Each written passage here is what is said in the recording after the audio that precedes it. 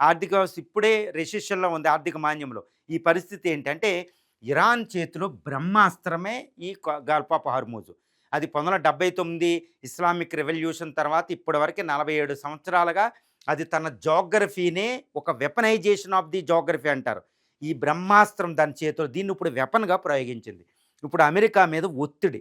America అధ్యక్షుడు Donald Trump ఇమ్మీడియేట్‌గా దీన్ని ఓపెన్ చేసి ప్రపంచానికి ఆయిల్ సప్లై పంపించాలి. లేకపోతే అమెరికా అధ్యక్షుడి మీద ఒత్తిడి.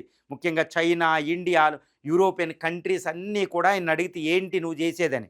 అందుకనే అమెరికా అధ్యక్షుడు తప్పనిసరిగా యుద్ధాన్ని తొందరగా ముగించి దీన్ని ఓపెన్ చేపించాలి. అంటే ఇరాన్ మీద ఇరాన్ ప్రెజర్ తెస్తుంది.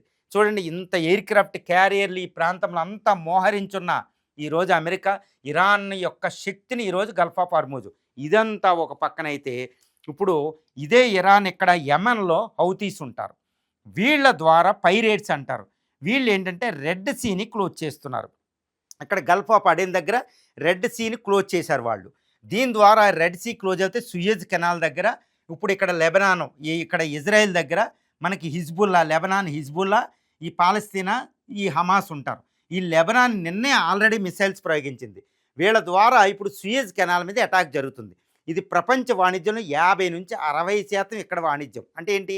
వరల్డ్ ట్రేడ్ రూట్స్‌ని, వరల్డ్ ఆయిల్ ట్రేడ్ రూట్స్‌ని క్లోజ్ చేసే కెపాసిటీ ఇరాన్‌కు ఉంది. ఈ యెమెన్, ఈ హౌతీస్ వీళ్ళు ఉపయోగించి. అంటే అమెరికా ఏమీ చేయలేని ఒక పరిస్థితికి వచ్చింది. కాబట్టి అది నెగోషియేషన్ చేసి తొందరగా యుద్ధాన్ని ముగించకపోతే ట్రంప్ మీద చాలా తీవ్రమైన ఒత్తిడి.